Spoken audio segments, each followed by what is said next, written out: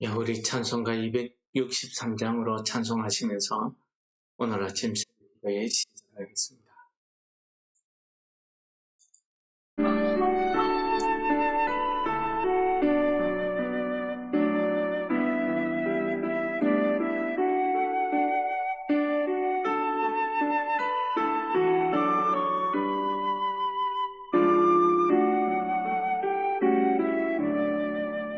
이 세상 험하고 나 비록 약하나 늘 기도 힘쓰며 큰 권능 얻겠네.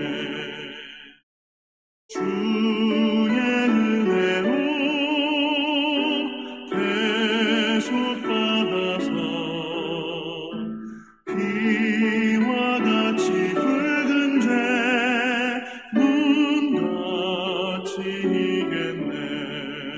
주님의 권능은 한없이 크오니 돌 같은 내 마음 곧 녹여주소서.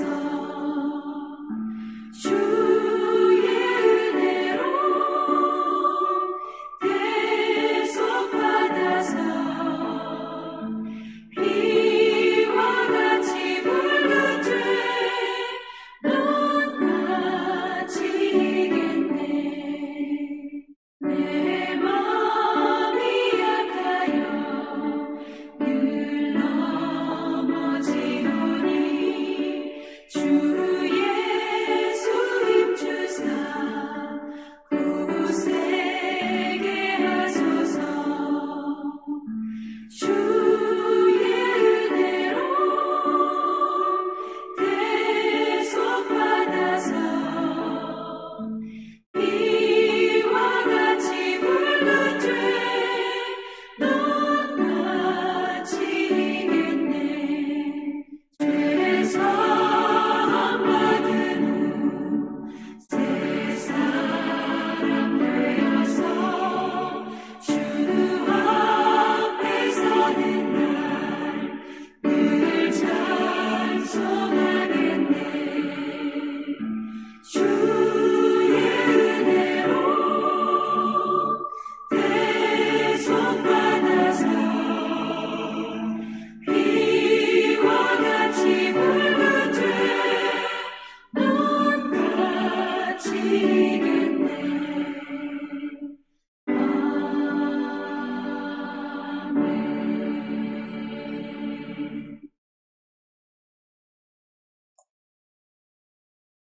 은혜로우신 아버지 하나님 감사합니다. 오늘 저희들이 우리 앞에 드리는 기도를 받아주시고 오늘 하루 우리의 삶이 하나님의 은혜 가운데 거하게 하여 주옵소서. 오늘도 우리가 어떤 일을 당하든지 하나님 앞에 나아올 수 있는 믿음을 저희들에게 허락하셔서 우리가 시험 가운데서 소망을 바라보게 하여 주옵소서. 예수님 이름으로 감사의 기도드립니다. 아멘. 오늘 말씀은 시편 13편입니다. 여호와여 어느 때까지니까 나를 영원히 잊으셨나이까? 주의 얼굴을 나에게서 어느 때까지 숨기시겠나이까? 나의 영혼이 번민하고 종일토록 마음에 근심하기를 어느 때까지 하오며 내 원수가 나를 치며 자랑하기를 어느 때까지 하리이까? 여호와 내 하나님이여 나를 생각하사 응답하시고 나의 눈을 밝히소서. 두렵건대 내가 사망의 잠을 잘까 하오며 두렵건대 나의 원수가 이르기를 내가 그를 이겼다 할까 하오며 내가 흔들릴 때에 나의 대적들이 기뻐할까 하나이다. 나는 오직 주의 사랑을 의지하여 싸우니 나의 마음은 주의 구원을 기뻐하리이다. 내가 여호와를 찬송하리니 이는 주께서 내게 언덕을 베푸심이로다. 아멘. 오늘 시편 13편의 내용은 시인이 아주 어렵고 곤란한 지경에서 하나님 앞에 기도하는 내용으로 되어져 있습니다. 오늘 말씀의 내용에 보시면은 1절, 2절에서는 하나님을 부르짖으며 찾는 그 기도의 강구가 있고 3절, 4절에서는 그 기도의 내용이 기록되어져 있습니다. 그러다가 5절, 6절에서는 기도에 대한 응답을 믿음으로 깨닫고는 하나님 앞에 기쁨으로 찬송하는 이런 내용으로 구성되어져 있습니다. 오늘 이 시를 지은 다윗에 대해서 다윗이 어떤 상황에서 이 시를 지었는지에 대한 여러 가지 추측들이 있습니다. 대부분은 사울왕에게 쫓김을 당할 때에 언제 이 도피 생활이 끝날지 모르는 이 신세 그런 환경에 처해 있을 때에 그가 이 시를 기록했다라고 전해지기도 합니다. 그러나 분명한 것은 우리가 다윗처럼 아주 곤란한 지경에 어려운 가운데 처해 있을 때입니다.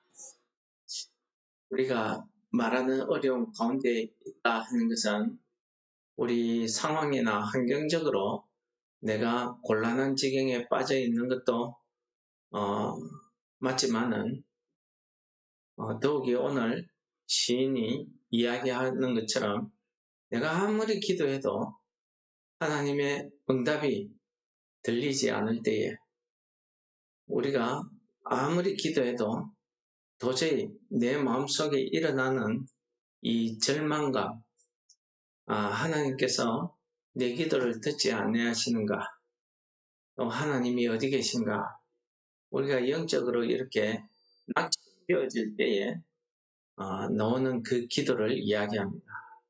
그래서 오늘 1, 2절에 보시면은 어느 때까지니까 하는 이 기도의 내용이 계속 4번이나 반복되고 있습니다. 그것은 이 사람이 얼마나 어려운 지경에 처해 있는가 하는 것을 한마디로 표현한 단어가 어느 때까지니까 이 말입니다. 여러분 우리가 마태복음에도 보시면은 38년 된 병자를 예수님께서 고치신 사건이 나옵니다. 여러분 생각해 보십시오. 38년 동안이나 병석에 누워 있었습니다. 언제 그 베데스다 연못에 들어갈 수 있는지 확신할 수가 없습니다. 그 사람의 그 심정이 어떠했겠습니까? 바로 그러한 상황을 이야기하는 것입니다. 12해 동안 혈육증을 앓은 여인 역시 마찬가지입니다. 여러분 생각해 보십시오. 그 당시 의술로는 나을 수 없는 거의 죽음의 병에 걸렸습니다. 모든 재산을 다 잃어버리고 자기의 노력을 해도 도저히 가망이 없어 보입니다. 그런 상황을 이야기하는 것입니다. 여러분, 우리의 삶에 이러한 끝이 보이지 않는 이러한 상황에 우리가 어려움에 처해 있을 때에 우리가 하나님 앞에 할 수 있는 기도가 바로 오늘 이 기도인 것 같습니다. 여호와여 어느 때까지니까 이 기도입니다. 나를 영원히 잊으시나이까 주의 얼굴을 나에게서 어느 때까지 숨기시겠나이까. 이것이 무엇입니까? 지금 이 시를 지은 다윗은 하나님 앞에 자기의 이런 어려운 극한 상황에 내몰리게 되었고 이 상황에서 내가 아무리 기도해도 하나님의 응답이 들리지 않을 때에 도저히 희망이 보이지 않을 때에 나오는 그런 기도입니다. 우리가 이 기도를 인간적으로 생각하면은 왜 저래 믿음이 없나? 그렇게 이야기할 수 있습니다. 그것은 내가 그 입장이 되어보지 않았기 때문에 할 수 있는 말 아니겠습니까? 내가 만약에 그 38년 된 병자처럼 아무런 소망이 없을 때, 그 12의 혈류병에 걸린 그 여인처럼 도저히 날 기미가 없을 때, 그러한 상황에 처했을 때에 나는 어떤 기도를 할 수 있겠습니까? 오늘 다윗이 하는 기도가 바로 이러한 기도입니다.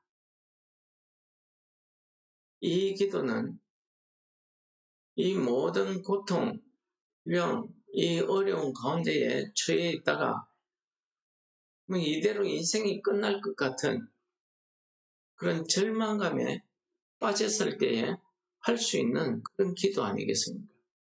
저는 정말 진실된 기도라고 생각이 되어집니다. 여호와의 어느 때까지니까 바로 그 기도입니다. 우리의 이 시험이, 이 어려움이 언제 끝날 것인가 하는 것을 기도하는 것이죠. 내 영혼이 번민하고 마음에 근심하기를 어느 때까지요? 원수가 나를 치며 자랑하기를 어느 때까지 하리까? 바로 이 기도입니다. 여호와의 어느 때까지입니까? 이것이 우리가 할 수 있는 최선의 기도인 것 같습니다. 왜요? 우리는 하나님이 정하신 그때, 그 시기를 우리가 알지 못하기 때문입니다. 우리가 참 영적으로 눈이 밝아져서 성령의 지혜를 받아서 이 고통이, 이 고난이 언제쯤 끝나겠다 알 수 있으면 얼마나 좋겠습니까? 그러면 아마 이런 기도도 하지 않을 것이고 어떠한 어려움이라도 끝이 보이니까 참고 인내하고 견딜 수 있을 것입니다. 그러나 가장 힘든 것은 끝이 보이지 않는, 언제 끝날지 모르는 이 고통, 절망에 처해 있을 때입니다. 이때에는 정말 이 다윗처럼 할 수 있는 기도가 없습니다. 어느 때까지니까 이것이 나의 기도인 것입니다. 3절, 4절은 이러한 상황에 처한 다윗이 하나님 앞에 간구하는 기도의 내용입니다. 무엇입니까? 나를 생각하사 응답하시고 내 기도에 하나님의 응답이 있기를 소원하는 것입니다. 나의 눈을 밝히소서. 이게 뭡니까? 내 육신의 눈을 말하는 거 아니죠. 내 영혼의 눈, 마음의 눈을 이야기하는 것입니다. 믿음으로 이 상황을 바라보게 하시고 이 고통, 고난에서 내 앞에 보여지는 것이 절망밖에 없다, 소망이 없다, 끝이 안 보인다. 바로 이것을 사망의 잠, 눈이 어두워지는 것, 이런 식으로 오늘 본문이 표현한 것입니다. 내가 사망의 잠을 잔다. 이것은 내가 이 처한 상황이 끝이 안 보이는 경우를 이야기합니다. 도저히 끝이 안 보이니 내 영혼이 마치 눈을 감은 것 같다 라고 기도하는 것입니다. 그래서 두 번째 기도 내용이 무엇입니까? 내 원수가 나를 이겼다. 내가 흔들릴 때에 대적이 기뻐할까 하나이다. 이것입니다. 이것 때문에 하나님 응답해 주세요 하는 거 아니겠습니까? 이런 기도가 믿음으로 또 소망으로 변화되는 부분이 있습니다. 바로 오늘 5절 6절 말씀입니다. 무엇입니까? 의지입니다. 기쁨입니다. 여러분, 이거는 확신, 믿음이 없으면 의지할 수도 없고 소망이 보이지 않으면, 끝이 보이지 않으면 기뻐할 수가 없습니다. 이러한 어느 때까지니까 라고 외치던 이 다윗이 3절 4절의 기도를 통해서 그 심령 안에 믿음의 확신이 서는 것입니다. 그래서 오직 나는 주의 사랑을 의지하겠다. 하나님의 그 사랑이 무엇입니까? 은혜입니다. 긍휼입니다. 나는 하나님의 그 은혜, 하나님의 자비하심을 의지하겠다는 것입니다. 그렇기 때문에 내가 주의 구원을 기뻐한다는 것입니다. 내 마음에 이 기쁨이 샘솟아야 내가 여호와를 찬송하고, 이 여호와의 찬송이 무엇입니까? 하나님께서 내게 은혜를 베풀어 주심으로 내 입술에서, 내 삶에서 나타나는 찬송입니다.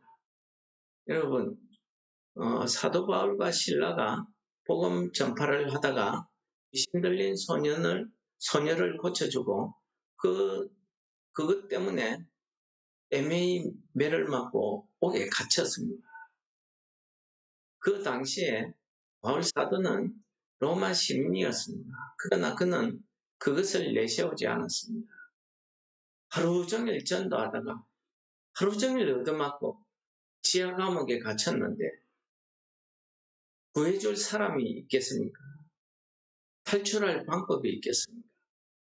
그런데 바울과 실라는 그 감옥 속에서 하나님 앞에 기뻐하며 찬송하더라는 것입니다. 이것이 힘입니다. 이렇게 찬송할 수 있는 것은 그의 영혼이 하나님을 바라보기 때문입니다. 그의 영혼의 눈이 떠여졌기 때문입니다. 그런 사람에게 소망이 있기 때문입니다. 하나님께서 구해주실 것을, 하나님의 은혜가 있을 것을 그가 알고 깨닫고 의지했기 때문에, 믿음이 있기 때문에 그들은 그러한 극한 상황에서도 찬송할 수 있는 것입니다. 그 결과가 무엇입니까? 하나님의 구원을 그들이 맛보았다는 것입니다. 많은 이방인들을 전도할 수 있는 계기가 되었다는 거 아닙니까? 이것이 하나님의 뜻, 하나님의 계획이었을 것입니다. 여러분, 우리 삶에도 마찬가지입니다. 하나님께서 나의 끝이 보이지 않는 절망, 이 고통, 이 가운데서 내가 날마다 여호와여 어느 때까지니까 라는 이 기도가 믿음으로 바뀔 때에 비로소 우리는 바울과 실라처럼 하나님을 기쁨으로 찬송할 수 있게 된다는 사실을 우리에게 가르쳐 주시는 말씀 아닙니다. 이번 고난주간을 지내면서 예수님께서 십자가에 달려 돌아가실 그때의 상황을 제자들도, 사랑하는 모든 사람들이 예수님을 버리고 다 도망가는, 이제 끝이다 생각했을 거 아닙니까? 절망에 쌓여 있은 그때, 그러나 하나님께서는 그의 능력으로 3일 만에 부활하게 하심으로 새 소망, 부활의 소망을 우리에게 보여주신 그 놀라운 은혜가 우리에게 있기 때문에 우리가 이 부활절을 하며 찬송할 수 있는 거 아니겠습니까? 우리의 모든 삶에, 오늘 하루의 삶에 끝이 보이지 않는 괴로움, 어려움이 있다. 우리가 여호와여 어느 때까지니까 하는 우리의 기도가 이 절망에서 소망으로 변화되는 하나님의 놀라운 은혜의 역사가 있으시기를 축원합니다. 우리 심령 가운데 그 기도의 응답으로 성령이 나의 영혼을 밝혀주시고 내게 믿음을 심어주실 때 우리는 그런 고통 가운데서도 하나님을 구원을 기뻐하며 하나님을 찬송할 수 있는 이런 믿음의 능력을 우리가 덧입을 줄을 믿습니다. 오늘 말씀을 묵상하시면서 우리 같이 기도하시겠습니다.